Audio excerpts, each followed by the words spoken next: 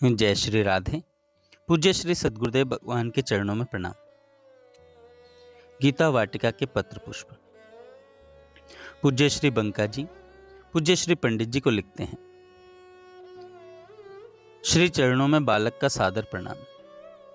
श्री चरणों में बालक का सादर प्रणाम। आपका पत्र मुझे मिला। अगले दिन बुधवार को अवसर मिलने पर पूज्य बाबा को आपके पत्रों को पढ़कर सुनाया। पत्रों को सुनकर तथा वह पत्र जिसमें आपने प्रणाम बाबा के लिए लिखा था, उस पत्र को अपने हाथ में लेकर बाबा गदगद स्वर में कहने लगे, यही तो कागज है जिसे पत्र लिखने के लिए पंडित जी ने अपने हाथ में लिया होगा। यही तो अक्षर हैं जिनको पंडित जी ने अपनी लेखनी से लिखा होगा। इस कागज को छूकर और इन अक्षरों को देखकर आज मैं धन्य हो गया। जिस समय बाबा ने इस पत्र को अपने मस्तक से लगाया, उस समय उनके नेत्र सजल हो रहे थे। उस पत्र को बाबा ने अपने सिरहाने तकिए के पास रख लिया और पुलकित होकर कहने लगे, पंडित जी से मेरी भेंट 3 बार हुई है, वह भी अति अल्प समय के लिए। जब जब भेंट हुई तब तब मुझे उनका अद्भुत प्यार मिला और आज भी अब भी वे इन पत्रों के माध्यम से निरंतर अपना प्यार दे ही रहे हैं।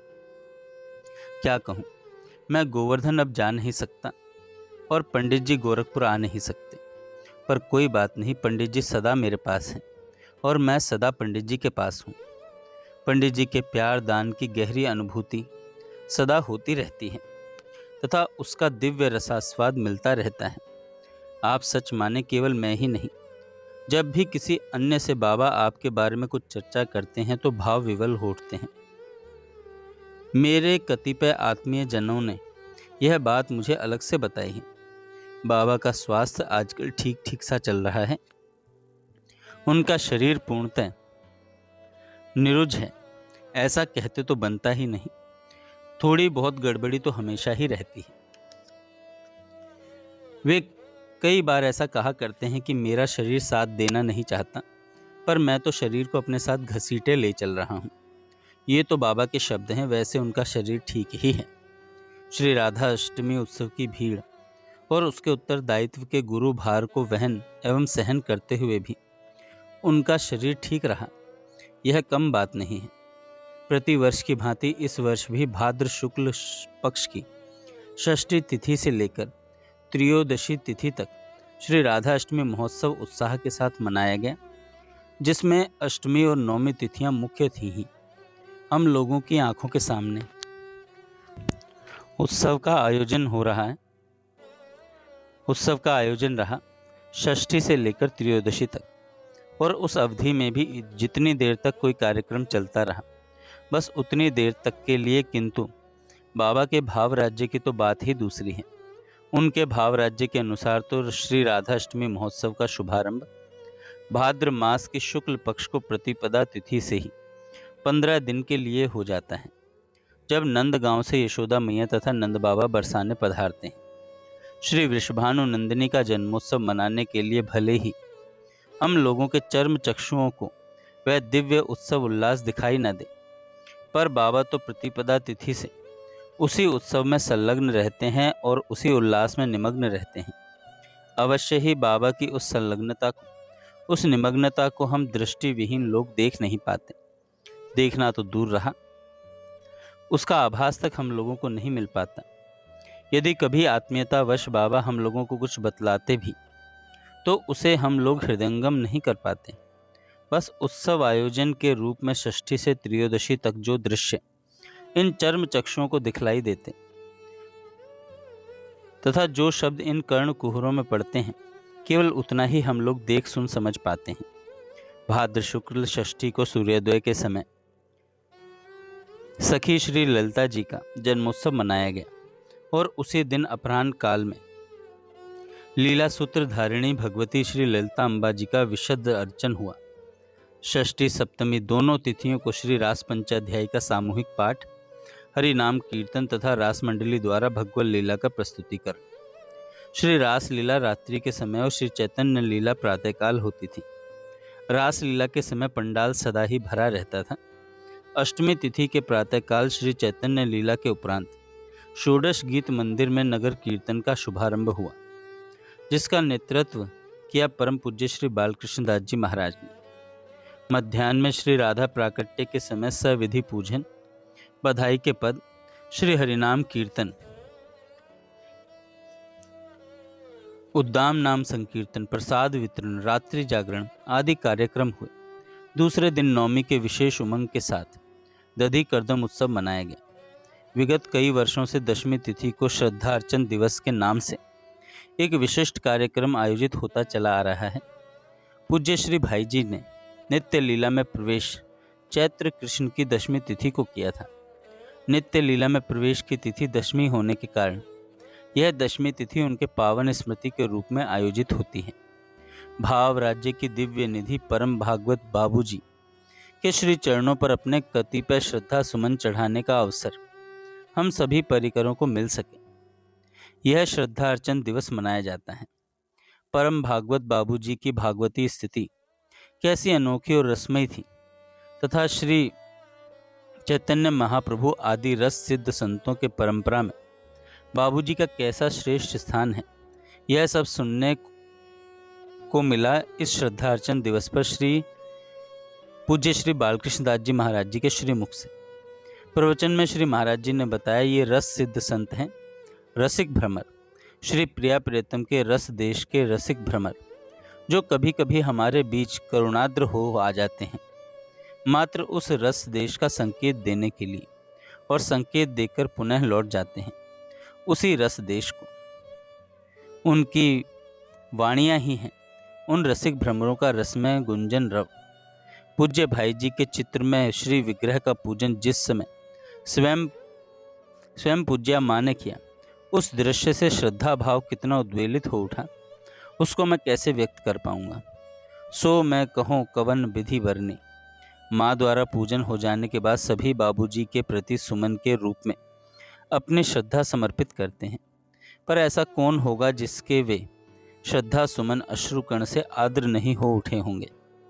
इस दिवस पर वे ही शतदल चरण हमारे हृदय पटल पर रहे जड़े शीर्षक वाला श्रद्धा गीत गाया जाता है, वह भी अत्यंत भावपूर्ण है। इस श्रद्धा गीत की एक मुद्रित प्रति इस पत्र के साथ आपके पास भेज रहा हूँ। एकादशी द्वादशी को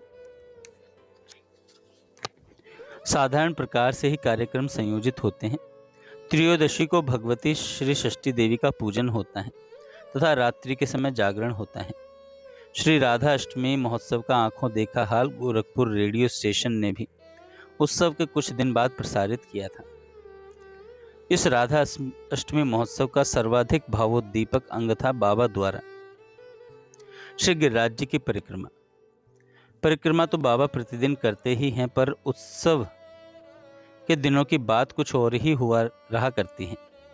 इसके अतिरिक्त श्री महाराज जी की उपस्थिति से दो रसिक संतों की भाव लहरियों से ऐसा लगता था मानो सारा वातावरण रस से कितना संसिक्त हो गया है। श्री ललिता षष्ठी सोमवार की थी 15 सितंबर तथा श्री राधा अष्टमी 18 सितंबर बुधवार को। जतिपुरा से श्री हरिवल्लभ जी 13 सितंबर शनिवार की शाम को यहाँ पहुँचे तथा श्री महाराज जी ने अपने परिकर सहित यहाँ 14 सितंबर रविवार को प्रातःकाल गीता वाटिका पधारे। मोटर कार से उतरकर महाराज जी सीधे बाबा की कुटिया की ओर शीघ्रता से बढ़ने लगे। बाबा ने उनको आते हुए देख लिया। बाबा भी अपनी शिथिल गति से उनकी ओर अग्रसर हुए। बाबा अब लकवाग्रस्त नहीं है, पर वह रोग अपना प्रभाव शरीर पर किसी अंश में छोड़ ही गया है। उस प्रभाव के कारण बाबा की गति में त्वरा नहीं रह गई जो कभी पहले थी। फिर भी जितना संभव था बाबा अपने पदों को जल्दी जल्दी उठाते रखते हुए महाराज जी की ओर बढ़ रहे हैं। मार्ग के बीच में ही हुआ सम्मेलन। इसे सम्मेलन कहा जाए या स्नेह द्वंद्व, महाराज जी चाहते थे और उनकी चेष्टा थी कि बाबा के चरणों को स्पर्श कर लो, पर यह भला क्या बाबा होने देते। महाराज जी के दोनों कर पल्लवों को बाबा ने अपने कर पल्लवों से पकड़ लिया और उनके हाथों को अपने हाथों में थामे हुए ही वहीं भूमि पर बैठ गए। महाराज जी की आंखें मूंद गईं, पर हम लोग खुली आंखों से देख रहे थे कि महाराज जी न जाने कहाँ से कहाँ बहे चले जा रहे थे। सचमुच वे अपने आंसुओं के साथ बहे चले जा रहे थे। यह तो अच्छा हुआ कि बाबा ने उनका हाथ अपने हाथ में थाम रखा था, अन्यथा वे न जाने कहाँ डूब जाते। वातावरण गंभीर रूप से प्रशांत था। महाराज जी को बहिर्मुख करने के लिए बाबा ने विविध प्रकार के कुशल प्रश्न करना आरंभ कर दिया। महाराज जी जब कुछ प्रकृति स्थित हुए तो उनसे बाबा ने कहा, मैं एक अपराध कर रहा हूँ। मैं बार बार इधर उधर की बातें कह कह करके आपके भाव प्रवाह में बाधा डाल रहा हूँ।